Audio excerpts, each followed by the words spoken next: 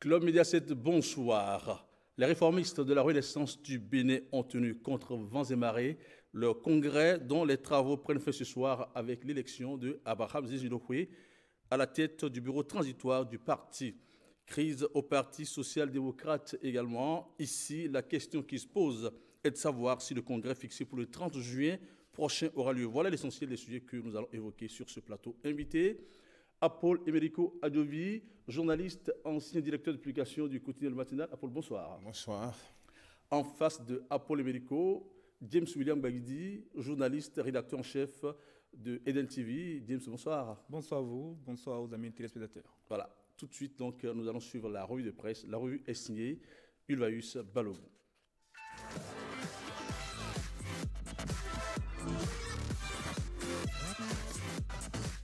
Amis de la revue de presse hebdomadaire, bonjour. Le gouvernement a-t-il baissé le salaire des fonctionnaires? Marty Sadijatou lève enfin l'équivoque. Quotidien Kinikini, titre en manchette, augmentation du taux de cotisation pour la retraite des fonctionnaires, tout ce qui a été caché aux travailleurs. L'événement précis reprend la même information et se fait plus précis. Polémique autour de la loi portant code des pensions civiles et militaires. Le gouvernement n'a jamais baissé les salaires des fonctionnaires. De la plume de notre confrère, on apprend que le gouvernement n'a fait que mettre en application la loi numéro 2015-19 du 16 août 2016 portant code des pensions civiles et militaires de retraite votée au profit du Fonds national des retraites du Bénin. Cette réforme dont a hérité l'actuel régime induit l'augmentation du taux de cotisation de 5% à raison de 2% pour le travailleur et 3% pour l'État. C'est donc la mise en œuvre de cette réforme qui a pour objectif de garantir la retraite aux fonctionnaires qui explique les variations observées sur les salaires. D'un éclairage à un autre, l'ex-bâtonnier s'immisce dans la crise au port autonome de Cotonou. Afrique Express affiche en seconde une sollicitation du privé dans la gestion des sociétés d'État, les fondements juridiques selon Jacques Migan. Le meilleur renchérit le bâtonnier Jacques Migan à propos du recrutement de mandataires pour le port autonome de Cotonou. Le gouvernement n'a fait qu'appliquer la loi du 6 août 1992 en son article 7.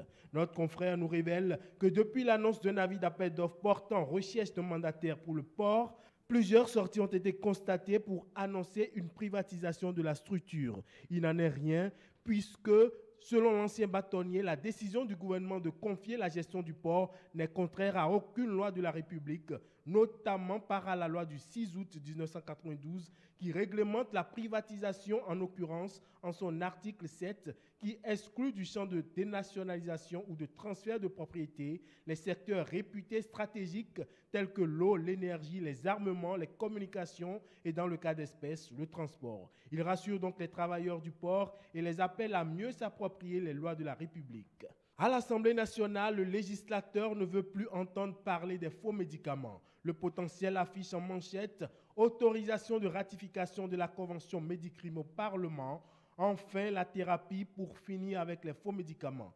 Le rédacteur nous dit qu'en déplacement lundi dernier à l'hémicycle, le ministre de la Santé Alassane Seydou est revenu avec une autorisation de ratification de la Convention Médicrime, le premier instrument juridique criminalisant la fabrication et la distribution de faux produits médicaux. Restons au Parlement avec les députés qui veulent voir clair dans la gestion de certaines affaires. Fraternité en manchette, commission d'enquête parlementaire, les dossiers Maria Gleta et Fonds d'aide à la culture ouverts. Même information reprise par l'autre quotidien à sa une.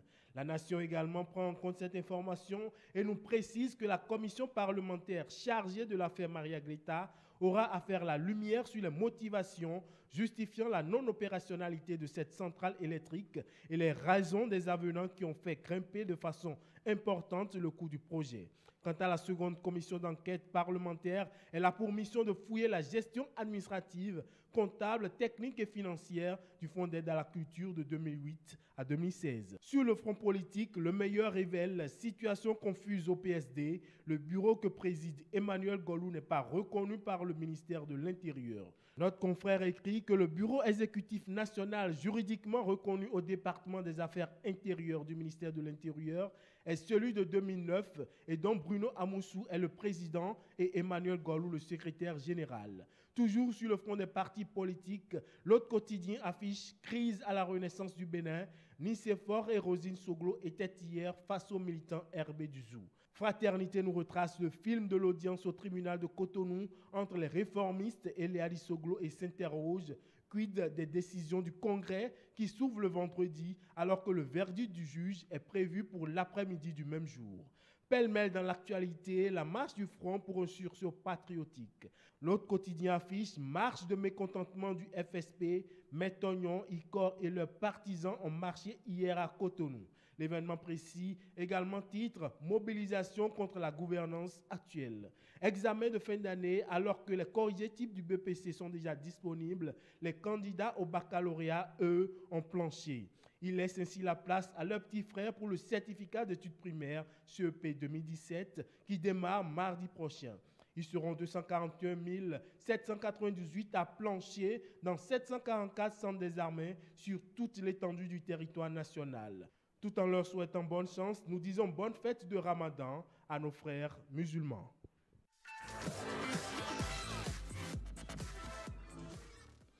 Merci à vous, Ulvaïs Balogun. À Paul Emerico Adjovi, les réformistes de la Renaissance du Bénin ont tenu contre vents et marées leur congrès. Ils l'ont fait malgré l'opposition de Soglo Père, le président d'honneur de ce parti. Et qu'est-ce que cela vous inspire? Oui, merci beaucoup. Mais avant tout propos, je voudrais rendre un témoignage au doyen Fulbert Géraud Amoussouga qui nous a quittés. Je voulais donc présenter mes condoléances au monde universitaire et à toute sa famille, ainsi que ses amis, et à ses enfants, et à son épouse également. Par rapport à l'AIB, est-ce qu'on peut dire que c'est un congrès qui a été tenu contre vents et marées? Moi, je ne vois pas la chose sous cet angle-là, mais plutôt, je vois ça comme des membres d'un parti, sont du bureau politique du parti, qui, à un moment donné, ont constaté que le parti était mal géré. Je leur emprunte leurs propos et demandais donc au président de revoir les choses. Mais apparemment, il me semble que le président n'a pas écouté leur message et ils ont donc décidé de passer à l'action. Ils sont donc allés à une réunion au mois de mai dernier et donc ils ont pris un certain nombre de décisions. 19 mai, ils ont pris un certain nombre de décisions dont qu'on appelle la destitution de leur président, non seulement destitution, mais ils sont allés jusqu'à même à l'exclusion du président. J'avoue qu'à ce niveau-là, moi je n'ai pas compris pourquoi ils sont allés à l'exclusion. Je trouvais qu'ils sont allés un peu trop loin. La preuve en est que comme la réponse du berger à la bergère. Les travaux qui sont en train de prendre fin l'ont définitivement exclu du parti. J'ai trouvé ça extraordinaire. Donc, c'est-à-dire que on m'a dit que les membres du bureau qui l'ont exclu ne se sont pas trompés. Bon, qu'à cela ne tienne. Ce que je n'ai pas, si vous me permettez, au niveau de la RB, je constate qu'il y a les réformistes et celui qui se dit légaliste, c'est-à-dire le camp Léadi, si je peux ainsi l'appeler aujourd'hui. Mais quand ce problème a surgi, moi j'aurais aimé que les pères fondateurs de ce parti, je vais nommer Rosine Soglo et l'ancien président Nissoufou Soglo, puissent jouer au sage. Mais dans leur démarche, j'ai trouvé qu'ils n'ont pas joué au stage. Et il est dit dans notre tradition africaine que quand deux enfants de la même maison se battent, quand le parent ou le papa est là, il appelle l'un et l'autre pour leur dire « ramenez la balle à terre ». Mais j'ai constaté malheureusement qu'au niveau des parents du président destitué, ils ont pris fait et cause pour leurs enfants. Voilà là où on en est aujourd'hui. Il est définitivement exclu. Voilà. James William Gaïdi, le congrès a eu lieu contre vents et marées, c'est-à-dire contre l'avis de Soglo Père. Soglo Père reconnu comme président d'honneur de ce parti. Soglo Père à qui les destinées de la RB sont presque liées. Et cette fois-ci, la précision, c'est que les travaux sont en train de prendre fin en ce moment avec l'élection d'Abraham Zinoufri comme président d'un bureau transitoire, le bureau transitoire qui doit donc diriger le bureau. Oui, première chose, moi je ne suis pas étonné par la réaction des pères et mères Soglo dans la crise qui s'est enclenchée il y a quelques semaines. Je trouve simplement que, comme le dit Apple, quand deux enfants se battent, c'est que les parents doivent intervenir. Ils interviennent normalement pour séparer les enfants, pour calmer la tension et pour les réconcilier. Mais souvenez-vous, il y a eu une crise entre deux véritables enfants de ce couple-là, c'est-à-dire Léa Soglo et Gali Soglo, à l'occasion des élections, de l'élection présidentielle de 2006.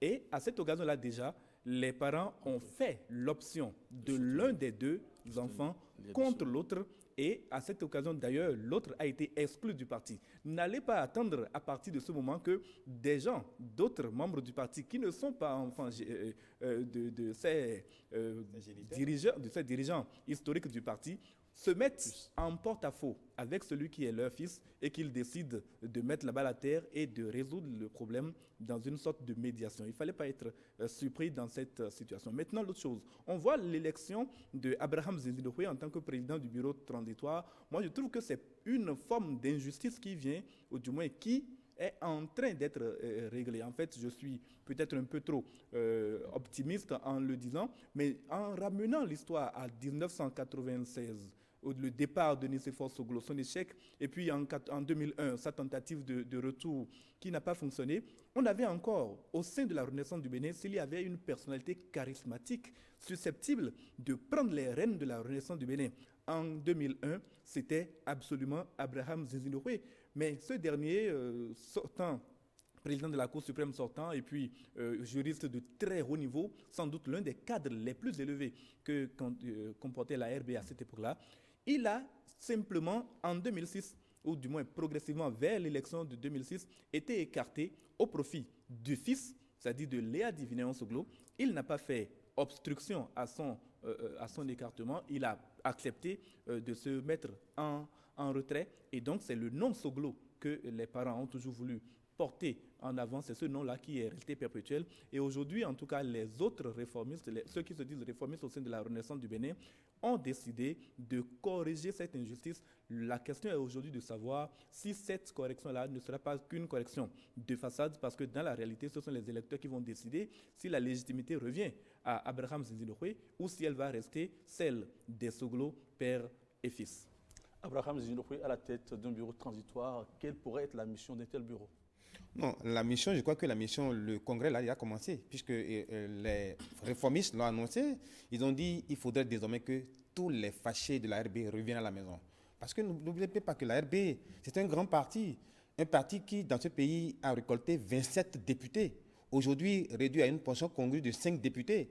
Hein? Alors, la RB a perdu sur le terrain. Regardez, la RB a toujours des députés au niveau qu'on appelle dans la 5e circonscription. Je vais me nommer Ouida, Toribo, Sito, Alada et Tofo. Aujourd'hui, la RB n'a plus d'assises là-bas aujourd'hui. Donc, le président Abraham Zinzidohoué, de mon point de vue, il doit travailler donc à faire ramener toutes les personnes qui ont été exclues. Et puis le congrès d'Aboumé. Il y a des membres qui sont plutôt attachés à la personne du père. Soglo père, voudrais-je dire. Pendant que Léa Soglo est exclu du parti, croyez-vous que le père puisse accepter encore de composer avec ceux qui sont là actuellement? Je pense, et je l'ai dit tantôt, que je demande au papa Nicéphore Soglo et à maman Rosine Soglo de ramener la balle à terre. Il ne sert à rien de tirer sur la ficelle pour que ça se casse. Et je demande également à ces réformistes, si papa et maman leur tendent la main, qu'ils acceptent la main et qu'ils puissent s'asseoir comme cela se fait à l'africaine et qu'on puisse trouver une solution. Parce qu'il ne sert à rien que la RB soit divisée. Oui. Voilà. James William Baïdi, que peut-on dire des décisions de ce congrès, entendu que la crise au niveau de ce parti n'est pas évacuée par le tribunal? Non, justement, la crise n'est pas évacuée par le tribunal. Et d'ailleurs, le tribunal a annoncé avant le congrès que les décisions seront plus ou moins opposables. Il n'a pas dit que les décisions seront opposables, mais il dit qu'elles ne seront pas qualifiées de non opposables au camp Léa Di. Ce qui veut dire qu'elles sont opposables, en tout cas pour le moment. Léa Di Soglo est exclu par la décision que vient de rendre donc le congrès. Léa Di Soglo n'est plus membre de la Renaissance du Bénin. Et la décision prochaine qui est attendue de la justice, c'est de valider ou non ce congrès-là en disant que les réformistes sont dans le droit chemin ou sont dans l'erreur. À partir du moment où cette décision sera rendue, si elle est rendue en faveur des réformistes, on va se retrouver dans une situation où, moi je ne me fais aucune illusion, Nicéphore Dieudonné Soglo et Rosine Vieira Soglo n'iront pas avec les réformistes, je ne me fais aucune illusion là-dessus. Ils vont essayer peut-être de mettre en place une nouvelle institution, un nouveau parti politique qui va porter leur fils, qui va porter ceux qui se sentent aujourd'hui exclus, ou du moins ceux qui ont été aujourd'hui exclus, ceux qui veulent rester avec les Hadi, avec le père, avec la mère, et c'est ceux-là qui vont affronter les autres à l'occasion de prochaines joutes électorales, et nous verrons bien. Vous dites qu'ils vont mettre sur pied une institution, une cellule, disons un autre parti. Un nouveau parti, certainement. Quel serait éventuellement leur plan B? Non, si, ce serait cela le plan B. Le plan A serait d'avoir gain de cause dans le procès qui les oppose aux réformistes de la Renaissance du Bénin. S'ils ont gain de cause, ils garderont le nom et le logo de la Renaissance du Bénin, ce qui est un patrimoine important aux yeux des Soglo. Et ensuite, si ce plan-là ne fonctionne pas, si la justice donne raison aux réformistes, ce sera donc le plan B, celui de mettre en place un nouveau parti politique ou bien une alliance politique avec d'autres forces qui aujourd'hui se sentent dans l'opposition. Et je pense notamment à l'ancien ministre de la Défense, Candide Azanaï, qui pourrait les rejoindre ou carrément aller dans d'autres sens, en tout cas vers d'autres acteurs politiques avec lesquels ils se sentiraient dans de meilleures conditions, en tout cas pour que Léadi Soglo puisse continuer à diriger cet ensemble politique. Oui, les réformistes sont reconnus par le ministère de l'Intérieur. Sait-on jamais, la justice pourrait en décider autrement. Quel pourrait être éventuellement un plan B des réformistes? Mais non, je crois que, comme l'a dit William, le plan A, c'est qu'ils ont gain de cause au niveau de la justice. S'ils n'ont pas gain de cause, évidemment, je crois qu'eux-mêmes, ils iront peut-être créer leur nouvelle formation politique ou peut-être tenter d'aller sur un terrain de négociation pour démarrer au niveau de la RB. Parce que n'oubliez pas, ces 21 personnes au niveau du bureau politique, moi, c'est des personnes qui ont des fiefs. Et je pense qu'aujourd'hui, si ces personnes quittent la RB, la RB ne serait que, je sais pas moi, un panier vide. Et donc, et les réformistes et le camp Léadi, je ne pense que personne, aucun des deux ne gagnerait à ce que la RB soit divisée. Et moi, je leur demande une fois encore de se revoir et de se parler. Voilà. Jeudi dernier, Soglo Père, Soglo Mère sont descendus dans le zoo. Didja, Gbenjou et autres, ils ont passé un message. Et le message, c'est quoi? Les Rousérouais, du moins, sont attaqués par le pouvoir talon. Dit-on, est-ce qu'il y a des raisons pour que le pouvoir talon cherche à les attaquer? Est-ce qu'il y a des raisons? Est-ce qu'il y avait un contentieux qui pourrait expliquer cela? Vous savez, je n'irai pas affirmer comme les Soglo, père, mère et peut-être même fils, que la crise au sein de leur parti procède d'un contentieux avec le pouvoir en place.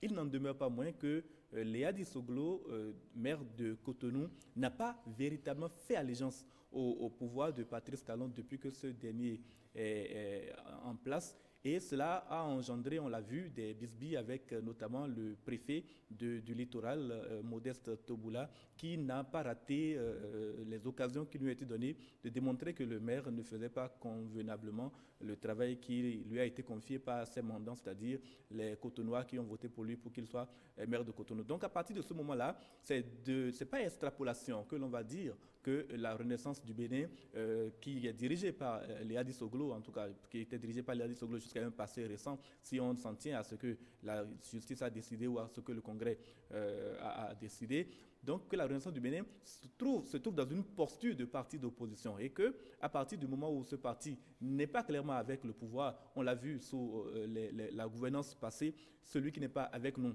est forcément contre nous. Si on reste dans cette logique-là, c'est que Léadi Soglo se trouve dans l'opposition, il n'a pas clairement exprimé, même si ces derniers jours, on sent bien entendu qu'il pousse de plus en plus vers cette opposition. C'est peut-être pour ces raisons-là que Nicéphore et Rosine sont allés dire que c'est le pouvoir en place qui est en train d'essayer de démanteler le parti La Renaissance du Bénin. Et ils ont peut-être raison à certains égards et tort à d'autres. Ils vont jusqu'à se référer aux audits qu'il a eu à la mairie. Non, puisque les audits, c'est ce qu'on appelle, c'est une activité régalienne de l'État. Donc, quand on envoie les fonds publics quelque part, l'État doit pouvoir demander comment on a géré ces fonds-là. Non, je crois que ce que les géniteurs de l'EADI ont fait, ce n'est pas une bonne chose. Mais c'est quoi? Si on prend les résultats des dernières présidentielles, la zone dans le Bénin qui a plus voté pour le président Talon, c'est bien la zone où ils ont été, où la RB, c'est une zone censée être le fief de la RB, et ce sont eux qui ont voté massivement pour le président qu'on appelle Talon. Donc je crois que les géniteurs de l'EADI sont allés prêcher un peu dans le désert. La preuve en est que l'objectif de cette sortie, c'était donc d'empêcher la tenue du Congrès. Le Congrès s'est tenu, les décisions ont été prises, et bien justement, je crois que ce soir, ils seront là pour faire le bilan, pour voir si leur action a pu porter. Voilà. On dirait que c'est la saison des crises au sein des partis politiques. Une situation analogue se produit au sein du Parti social-démocrate, le PSD. Dites-nous, qu'est-ce qui fait la particularité de la crise au PSD?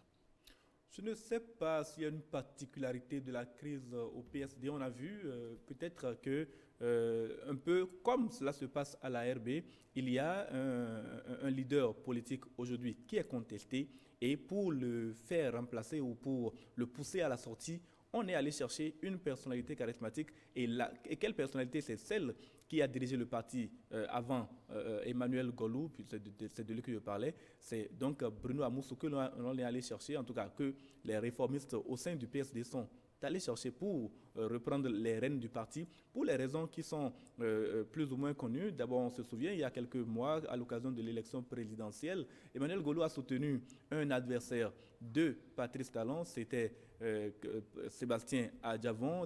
Adjavon a perdu les élections. Il a soutenu entre-temps Patrice Talon, mais aujourd'hui, Sébastien Adjavon se trouve clairement, et il a annoncé lui-même, dans l'opposition. À cette occasion, on n'a pas entendu le président du PSD se prononcer clairement, soit pour, soit contre les propos tenus par Sébastien Adjavon. Et donc, on considère probablement qu'il reste dans la mouvance de cet ancien candidat, de ce candidat malheureux à l'élection présidentielle. Dans cette posture-là, il devient un problème pour le parti qui, au sein de l'Assemblée nationale, par exemple, dont tous les députés font partie du bloc de la majorité présidentielle, et donc lui-même, président du parti, qui ne s'est pas porté candidat aux dernières élections législatives, se trouve apparemment dans l'opposition pendant que tout le bloc du parti, les principaux députés, le président d'honneur à Bruno Amoussou, sont tous avec le président actuel, le chef de l'État. Et donc, il faut que les choses soient claires. Et il me semble que quand il a commencé à être titillé un peu, permettez l'expression, au sein du parti, Emmanuel Golou n'a pas été clair avec les siens, il n'a pas exprimer une adhésion à la politique du gouvernement, le soutien au programme d'action du gouvernement n'a pas été clair, et c'est cela qui explique, à mon sens un peu, qu'il connaisse également au niveau de son parti des difficultés pour se maintenir. Voilà. L'organisation d'un congrès au sein du PSD est annoncée pour le 30 juin. Sur 41 membres que compte le bureau, à peine 8 ont donné leur quitus pour l'organisation de ce congrès. Dites-nous, en quoi est-ce que l'organisation d'un congrès pour le 30 juin pourrait déranger? Pour qui? En quoi l'organisation d'un congrès pour le 30 juin prochain pourrait déranger? Non, mais écoutez, c'est le bureau politique, selon leur statut, qui donc décide de la tenue d'un congrès. Si l'ensemble, je n'ai pas dit la majorité, ne décide pas qu'on aille au congrès, je ne crois pas que le congrès puisse se tenir. Mais déjà, à travers les journaux, j'ai eu dit que le président d'honneur du parti, Bruno Amoussou, est en train de tenter quelque chose pour pouvoir donc concilier les différentes positions. Je crois qu'il faut qu'on lui laisse le temps donc de pouvoir concilier les différentes personnes qui ne s'entendent pas au niveau de la RB et du PSD. Mais je voudrais dire qu'au niveau du PSD, je me demande, est-ce que ceux-là, on doit les appeler des réformistes ou bien des frontistes? Parce qu'à leur niveau, je ne crois pas qu'ils aient à appeler à une réforme, mais ils reprochent des choses à leur président. C'est-à-dire une gestion cavalière, une gestion opaque, comme quoi il doit publier des textes qui ont été adoptés depuis leur dernier congrès qu'il n'a pas fait. Donc il lui demande de faire tout ça sur la preuve. Ils n'ont pas destitué. Ils demettent toujours le président. Ils demettent toujours le président. Donc je me demande s'il faut les appeler des réformistes ou bien c'est des frontistes qu'on peut les appeler. Voilà. Justement, certains reprochent à Emmanuel Golou et à son groupe l'empressement, le fait de vouloir organiser le congrès le 30 juin. Il n'y adhère pas. Mais y a-t-il un problème? Y a-t-il des enjeux inavoués? Sans doute qu'il y a des enjeux, parce que à voir de près, normalement, c'est ceux qui sont dans la fronde envers le président qui devraient souhaiter un congrès pour pouvoir éventuellement le destituer, pour pouvoir changer les choses. Mais c'est lui, au contraire, qui a souhaité que ce congrès ait lieu. Et donc, à ce moment-là, il faut bien y voir des intentions cachées que malheureusement, nous ne pouvons pas deviner avec une boule de cristal. C'est vrai qu'il est à la tête au niveau africain. Oui, il est président Afrique de l'International socialiste. Voilà. Il faut rester président du Parti social-démocrate pour l'être. Absolument. Je suppose que c'est le nœud. Oui, parce que le poste revient non pas à lui en tant que personne, mais au Parti social-démocrate du Bénin. Et quand il ne sera plus président du Parti social-démocrate du Bénin, c'est celui qui aura pris, qui prendra cette succession-là. Et il y a une situation cocasse que j'aimerais quand même relever, que les journaux ont observé, c'est que au niveau du ministère de l'Intérieur, jusqu'à présent, c'est le congrès de 2009 qui a été validé, qui continue d'être reconnu par le ministère de l'Intérieur, ce qui laisse à penser soit deux choses, soit que les documents du congrès qui s'en est suivi, le congrès qui a permis à Emmanuel Golou d'être président, n'ont pas été envoyés au ministère de l'Intérieur. Donc le ministère de l'Intérieur n'a pas enregistré le changement, soit que les documents ont été envoyés, soit ils étaient incomplets ou quelque chose. Et donc, c'est toujours Bruno Amoussou qui est reconnu comme président du parti. Et cela révèle également un peu le caractère de négligence globale que nous connaissons au sein des partis et des associations dans notre pays. Il y a des associations qui ont été créées, qui ont connu des congrès, qui ont eu de nombreuses modifications, mais aucun test n'a jamais été envoyé au ministère de l'Intérieur pour enregistrer les modifications. Et c'est peut-être l'occasion de signaler cela à ces partis politiques, à ces associations, à ces ONG pour que ces réformes soient... Oui, deuxième sujet, le Front pour le sursaut patriotique a organisé une marche de protestation à Cotonou jeudi dernier. Une marche entre-temps interdite par le préfet de l'Atlantique, mais qui, in extremis, a été autorisée par le chef de l'État. Comment décrypter une telle autorisation? Je crois que l'autorisation, le président Talon a bien fait donc, de demander au préfet de rapporter son arrêté, donc de permettre qu'on appelle à ses compatriotes donc, de se manifester. Vous savez, le droit à l'expression, c'est un droit sacré. C'est un droit donc, reconnu par les droits de l'homme. Donc je crois que c'est tout à fait normal que quand quelqu'un n'est pas satisfait de quelque chose, qu'on puisse lui permettre de l'exprimer. Touboula aurait-il été trop zélé? Non, moi je ne parlais pas de zèle, mais je parlais plutôt de ce que le chef a demandé qu'il fasse. Parce que pour moi, bon, j'ai vu le lendemain certains journaux... Zélé, parce oui, que bon, interdit la marche. Oui, c'était... Au fait, je pense que Touboula, dans sa poursuite de l'autorité qui a la police sous sa main, administrative sous sa main, n'a fait que ce que, de mon point de vue, il doit le faire. Si j'étais même à sa place, je le ferais de même. Parce que peut-être il est informé de certaines choses qui échappent au commun des mortels. C'est lui le préfet, c'est lui l'autorité et qui a certaines informations. Et par rapport à ce qu'il a pris comme acte, peut-être qu'il s'est rapporté de son chef, qui lui a dit, voilà, il a informé le chef des informations qu'il lui a dit. Le chef a dit, non, peut-être que c'est sous contrôle. Donc, monsieur rapporte, parce que voilà, celui qui peut le plus, peut le moins, c'est le chef qui l'a nommé et la délégation du pouvoir du chef d'État, donc il est représentant dans le département. Donc, dès que le chef d'État lui dit, monsieur va comme si va dans tel sens, il n'a pas le choix, il doit y aller. Et de mon point de vue, pour moi, ce n'est pas un camouflet pour lui, c'est une chose de... Ça va dans l'ordre normal du fonctionnement de l'administration. Il y a eu application, il y a eu expression de deux antagonismes. D'abord, la volonté de Modeste Touboula de ne pas laisser les marcheurs s'exprimer procède, à mon sens, d'abord du respect de la loi. Il y avait risque probablement d'un affrontement entre les marcheurs, ceux qui avaient annoncé depuis quelques jours déjà qu'ils allaient marcher contre la gouvernance de Patrice Talon, et ceux de l'autre côté qui étaient farouchement décidés, après quelques annonces, à soutenir le chef de l'État. Et les deux marches devaient avoir lieu le même jour. Voilà, et les deux risquaient de se croiser à un moment ou à un autre, et les forces de défense et de sécurité, les forces de sécurité en particulier, auraient pu, d'une façon ou d'une autre, être débordées, même si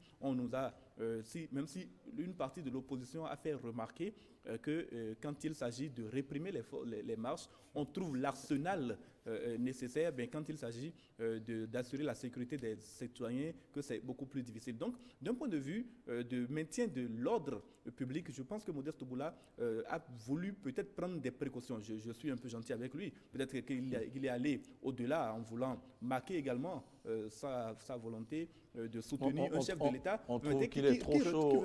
Une telle autorisation ne va-t-elle pas tidir ses ardeurs?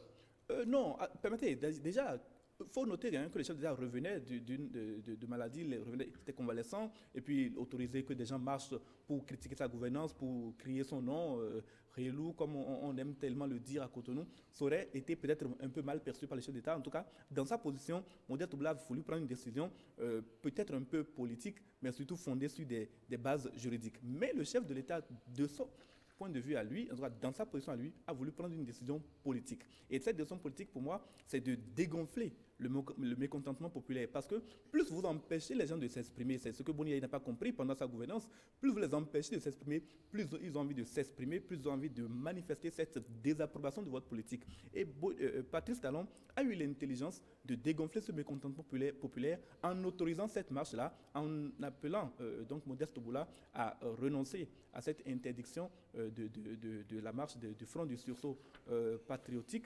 Et c'est cela qui a permis justement que la manifestation qui aurait pu rassembler beaucoup plus de monde s'est finalement dégonflée. J'ai aperçu moi, à travers cette manifestation, qu'il y avait beaucoup moins de personnes, même parmi les principaux meneurs, du moins les principaux opposants, ceux qui avaient appelé à cette marche-là. Certains n'étaient même pas présents, ce qui a montré qu'il y a eu un succès, mitigé peut-être, mais quand même un succès quand même du chef de l'État au moment où il a donné la consigne de laisser marcher les manifestants. Cela lui a permis de montrer qu'il était démocrate et on a vu comment la presse l'a encensé dès le lendemain de cette décision. Oui, depuis quelques jours, ça c'est un autre sujet, supposée baisse des salaires. Depuis quelques jours, est distillé dans l'opinion publique une baisse des salaires. Que s'est-il passé au juste? Non, vous avez dit dans l'opinion publique, je crois que ceux qui doivent aller à la source de l'information, qui sont les journaux, ils ont été à la source de l'information, et puis ce qui a été écrit dans les journaux, ce n'est pas une baisse d'information. Il y a une clarification. Il me semble qu'il y a une loi qui a été votée en 2015 et qu'on a mise en conformité avec la Constitution le 16 août 2016, dans la loi 2015-2019, qui modifie et complète l'ancienne loi numéro 8604 du 26 septembre 1986, portant code des pensions civiles et militaires de retraite. Et cette loi qui vient corriger un peu le déficit noté au niveau du Fonds national de retraite du Bénin, a porté désormais une augmentation au niveau des cotisations, comme quoi le travailleur doit pouvoir payer désormais 2% en plus et que son employeur, dit que l'État doit payer 3%. Et donc, c'est peut-être à ce niveau-là qu'il y a eu des prélèvements, d'autant que si je suppose que vous avez un salaire de 100 000 francs et qu'aujourd'hui on dit qu'avec la nouvelle loi, par votre cotisation, vous cotisez pour ceux qui sont aujourd'hui retraités et que demain d'autres vont cotiser pour vous. Donc, évidemment, si on prélève 2%, ce n'est plus 100 000 francs que vous avez. Donc, je crois que le fonctionnaire a toujours son salaire. L'État n'a pas tiré l'argent et allé à mettre ailleurs, mais dans la caisse du Fonds national de retraite. La preuve en est que les retraités aujourd'hui, moi j'en ai connu qui me l'ont dit, ont connu une augmentation par rapport à leur pension. Ça veut dire que quoi? Le fonctionnaire aujourd'hui qui cotise pour celui qui est là demain, ce qu'il pense avoir perdu aujourd'hui, demain il va le rattraper. Donc, de ce point de vue, il n'y a pas eu de baisse. James William Wildy. Oui, pour ce que je sais, le Fonds national de retraite du Bénin était vraiment en très très large déficit et il était nécessaire que l'État puisse faire des économies pour que le fonds puisse suivre. On a en comparaison la Caisse nationale de sécurité sociale qui se porte un peu mieux. Je n'oserais pas aller jusqu'à affirmer que la Caisse se porte bien, mais se porte sans doute mieux que le Fonds national de retraite du Bénin. Vous savez, malheureusement, les structures gérées par l'État ont toujours ce genre de problèmes. Il était nécessaire, effectivement, que cette réforme puisse avoir lieu. Et cette réforme aurait pu avoir lieu depuis 2015, si je ne m'abuse, sous le président Boni Yayi. Mais on sait aussi combien le chef de l'État de l'époque était frileux face aux réformes qui fâchent. Et cela peut expliquer d'une façon ou d'une autre le fait que cette réforme a été retardée quelque peu. Aujourd'hui, on a donc mis en place cette réforme-là, comme l'a dit Apol, c'est 2% de cotisation de plus pour les fonctionnaires. Il aurait peut-être également été utile que le gouvernement communique un peu avant que cette ponction sur les salaires ne s'applique pour que le citoyen, le fonctionnaire sache que l'État qui lui prend 2% de plus dans son salaire participe de 3%, c'est-à-dire plus que lui, dans la caisse nationale, du moins le Fonds national des retraites, et pour que le citoyen donc, se rassure. Mais ça a été une surprise pour les fonctionnaires d'aller percevoir leur salaire, constater qu'il y a une baisse. Naturellement, ça a pris l'ampleur que nous avons constatée. Et heureusement, les autorités sont rapidement montées au créneau pour l'expliquer. Mais il faudrait que ce genre d'action soit expliqué a priori plutôt qu'à posteriori. Ah. Quatrième sujet, les députés veulent comprendre les dossiers Maria Gleta et Fonds d'aide à la culture. Maria Gleta fonctionne d'une certaine manière. Que va-t-on y chercher? La nébuleuse de Maria Gleta. Vous n'êtes pas sans savoir qu'on a mis plus de 45 milliards. Peut-être que je suis modeste. 50 milliards. 50 milliards. Merci pour la précision. 50 milliards dans un projet ça fonctionne. qui apparemment... Les turbines à gaz sont fonctionnelles. Les turbines à gaz sont fonctionnelles, mais et pourtant... À base de quoi? Ça fonctionne à base de jet A1. Et pourtant, Plutôt que du gaz. il y a des coupures que les gens connaissent, intempéries que les gens connaissent Puisque ici et là. le projet de gazoduc n'a pas prospéré. Voyez-vous, il faut vraiment qu'on aille comprendre ce qui s'est passé à ce niveau-là. Parce que c'est un projet, je me souviens bien, c'était à l'avènement de Yahi Boni en juin 2006 que ce projet a été enclenché. Et Yahi Boni nous avait promis à son temps que dans 3 mois, vous aurez l'électricité entière. Oui, jusqu'à aujourd'hui... La préoccupation, c'est quoi? Est-ce qu'il y a eu une contre-expertise dans le temps? Il y a eu une contre-expertise qui disait quoi déjà? Je demande s'il y a eu une contre-expertise. Il n'y a rien eu. Tant que c'est plus de 50 milliards ont été engouffrés là. Et puis aujourd'hui, on n'a pas l'électricité telle qu'on l'avait promis.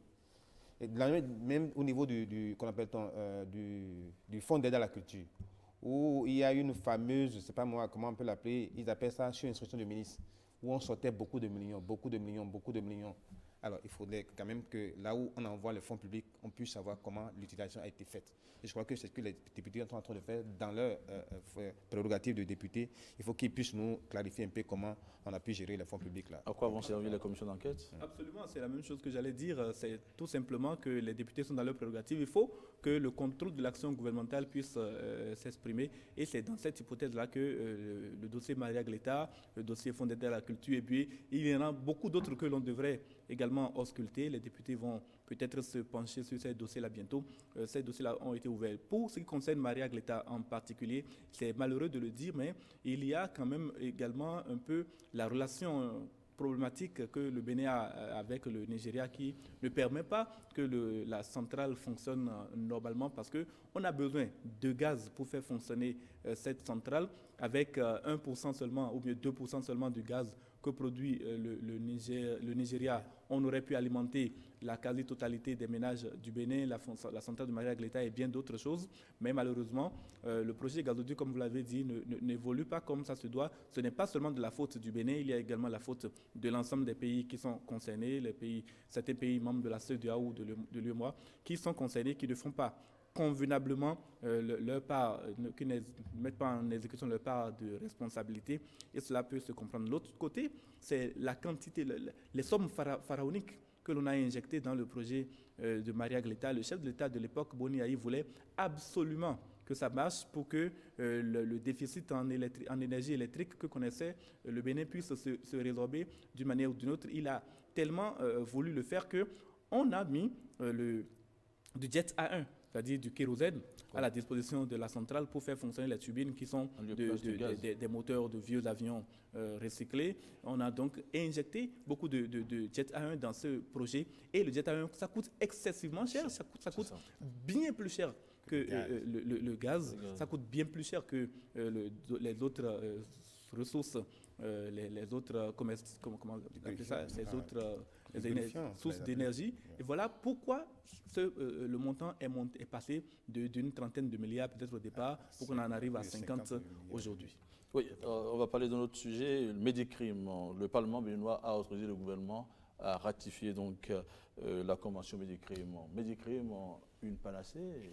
Oui, voilà. Médicrime, c'est une convention à laquelle le Bénin a adhéré. Et il était donc du devoir du gouvernement d'envoyer ça au niveau du Parlement pour demander donc l'autorisation de ratification, ce qui a été fait le 19 juin dernier. Il le faut parce que vous n'êtes pas sans savoir, si vous faites un tour au niveau du CNH à côté de nous, autant de Béninois qui se retrouvent là pour les problèmes d'insuffisance rénale. Le marché noir des médicaments, des faux médicaments, si on peut ainsi les appeler, pullule un peu au Bénin.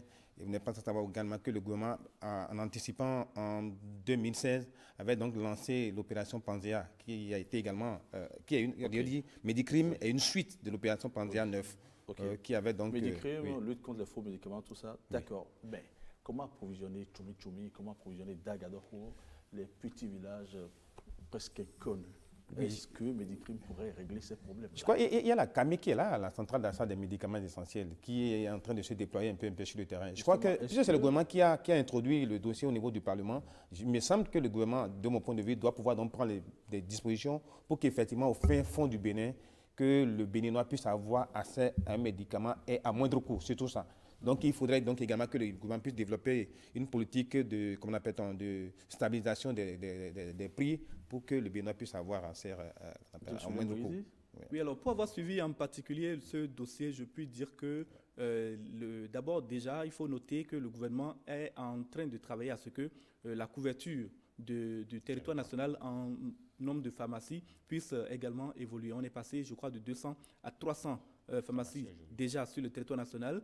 Et puis, il y a une proposition que les députés ont eu à faire, qui est une proposition très intéressante, c'est celle de faire parvenir le médicament aux personnes, quelle que soit leur résidence, quel que soit le lieu où ils se trouvent, par des pharmacies mobiles. Des pharmacies mobiles qui transporteraient des médicaments génériques en particulier en quantité, pour atteindre donc ces zones reculées, arriver que les personnes puissent revenir avec leurs différentes ordonnances, qu'on puisse leur fournir les médicaments essentiels. On ne va pas aller jusqu'à des médicaments de très haut niveau, mais au moins pour que dans les régions reculées, les médicaments comme le paracétamol, peut-être pour les maux de tête, l'aspirine, la quinine, etc., les médicaments génériques usuels pour le paludisme, pour les maladies que nous connaissons d'habitude, que ces médicaments-là puissent être disponibles. Et il y a également le fait que la Convention Médicrime prévoit de sanctionner. Parce qu'il faut noter une chose, ce n'est pas parce que le médicament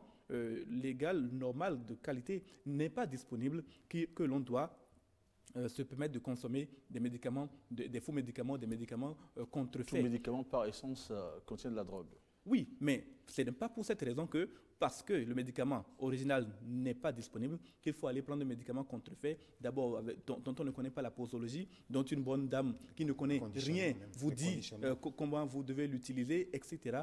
On ne va pas, parce que l'on a des difficultés pour s'approvisionner, aller chercher la mort. La preuve, c'est qu'au CNHU, toutes ces personnes qui souffrent d'insuffisance rénale aujourd'hui dépensent des millions de francs qui auraient pu être économisés si un jour ou l'autre, ces personnes n'avaient pas pris le risque de consommer des faux médicaments. Dernier sujet, le Conseil des ministres a pris un certain nombre de décisions fortes, des décisions au nombre desquelles la dissolution de l'Ibercom.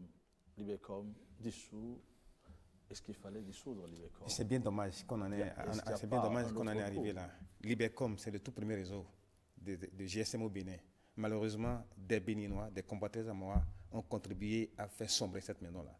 Dans d'autres pays, qu'on appelle la maison mère, c'est-à-dire l'Ibercom un peu comme au Bénin ici. Au Niger, on appelle ça Celtel. Au Burkina Faso, c'est le Telmob. C'est des maisons qui sont bien gérées et qui contribuent beaucoup pour l'économie de leur pays. Mais malheureusement, au Bénin ici, depuis la fête Titan, si je ne m'abuse, il me semble que c'est la fête Titan qui a sonné le glas de l'Ibercom. Et les différents directeurs qui se sont succédés. Endetté à hauteur de 15 milliards. Tout à fait. Et les différents directeurs qui se sont succédés à la tête de l'Ibercom n'ont fait que, fait le requiem de l'Ibercom.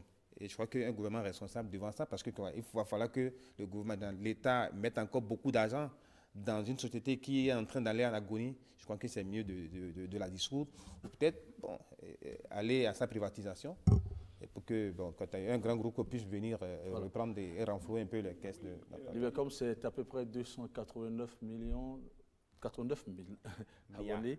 89 000 abonnés. Alors que les réseaux comme Glo ont plus de 6 millions d'abonnés, il y avait quelque chose à rectifier. Oui. D'accord, mais ne pourrait-on pas mettre la société sous administration provisoire jusqu'à la restructurer? Je pense que le mal dont l'Ibercom est en train d'être victime est un mal qui est général dans l'administration publique, surtout dans la mesure où l'Ibercom devait avoir à faire face à une concurrence, celle des opérateurs privés. Et dans cette concurrence-là, il y a une célérité à avoir dans les investissements. Or, dans le public, pour faire le moindre investissement, le Code des marchés publics vous oblige à attendre pendant... Voilà, les procédures font que l'Ibercom n'était pas en mesure de faire les investissements nécessaires et à un moment donné, les clients se sont déportés de l'Ibercom. Il y avait quand même 15% de part de marché qui appartenait à l'Ibercom. On est passé à pratiquement 3 ou 2% aujourd'hui. C'est parce qu'à un moment donné, les clients ont constaté, même si le coût de la communication est très réduit sur l'Ibercom, je peux dire était très réduit sur l'Ibercom, on avait plutôt beaucoup de services qui ne pouvaient pas être assumés par l'Ibercom, développés par l'Ibercom, et c'est pour cette raison que les autres réseaux GSM lui ont pris le dessus. Et voilà. Merci, James William Baguidi. Comme à l'accoutumée, il y a la revue des caricatures dans Club Média 7. de ce dimanche, dans les sujets de ce dimanche, bien sûr, sont l'adoption du code du numérique, le ramadan et bien sûr la crise au sein des partis politiques. Karika Show, c'est avec Arnaud Adadia et Patrick Djossou.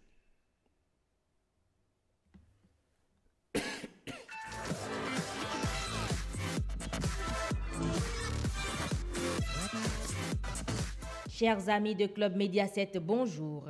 Cette semaine, l'actualité politique sur RFI porte sur l'opposition en France. Dans la publication du jour, sur ce site, nous pouvons lire qu'une semaine après la terrible déroute des législatives, le Parti socialiste PS entend s'inscrire clairement dans l'opposition afin de mieux préparer sa reconstruction.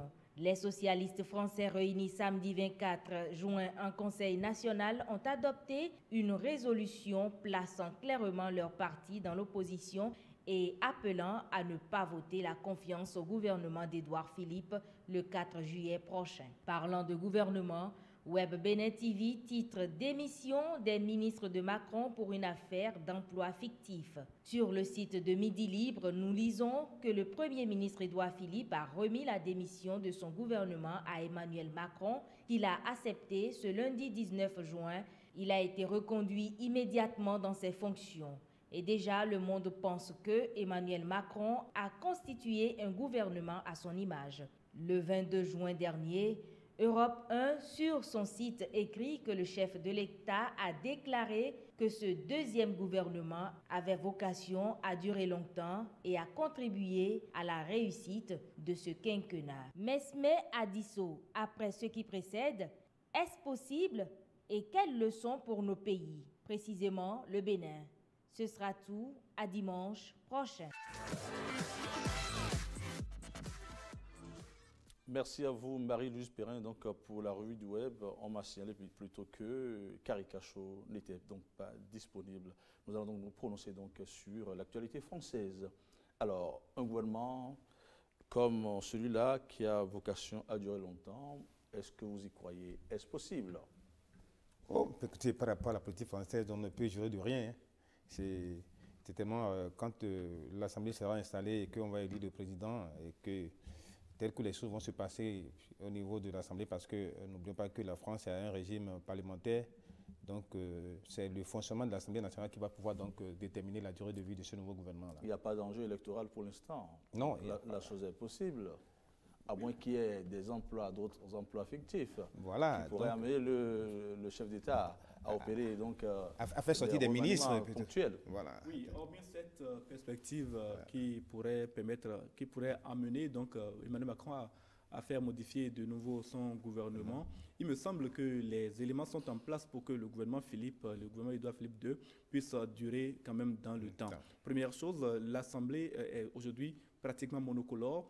Les partisans d'Emmanuel Macron sont ultra majoritaires au sein de ce Parlement et même avec son seul parti, la République En Marche, il détient déjà la majorité absolue au Parlement. Deuxième chose, il a choisi des députés qui sont pour la plupart, en tout cas beaucoup pas mieux, des novices et donc qui ne risquent pas de se lancer dans une fronde vis-à-vis du gouvernement, comme on l'a vu avec le Parti socialiste qui vient de quitter le pouvoir, qui vient de perdre la majorité à l'Assemblée nationale. Troisième chose, dans le gouvernement aujourd'hui, Emmanuel Macron a vu se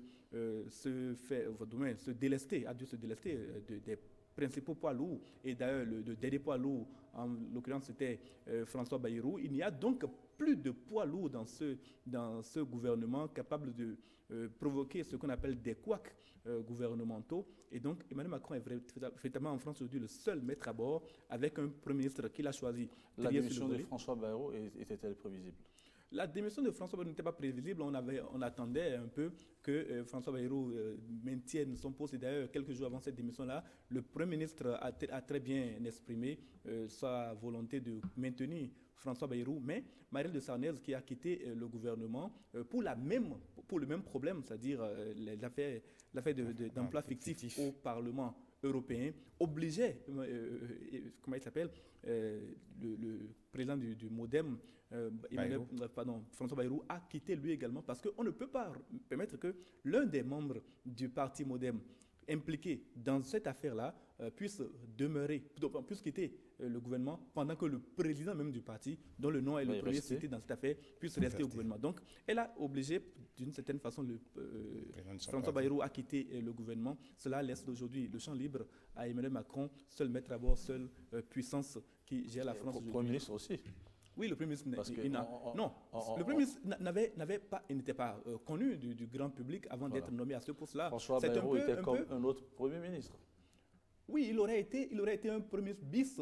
D'ailleurs, il a laissé entendre, pendant les quelques semaines, il était au garde, du moins au gouvernement, qu'il discutait directement avec le chef de l'État plutôt qu'avec le Premier ministre. Cela, quand même, était un peu problématique pour un président si jeune qui a besoin d'asseoir une autorité supérieure à celle de la classe politique traditionnelle dont François Bayrou était un des membres les plus emblématiques. Merci. Et puis le PS qui se met en position oppositionnelle.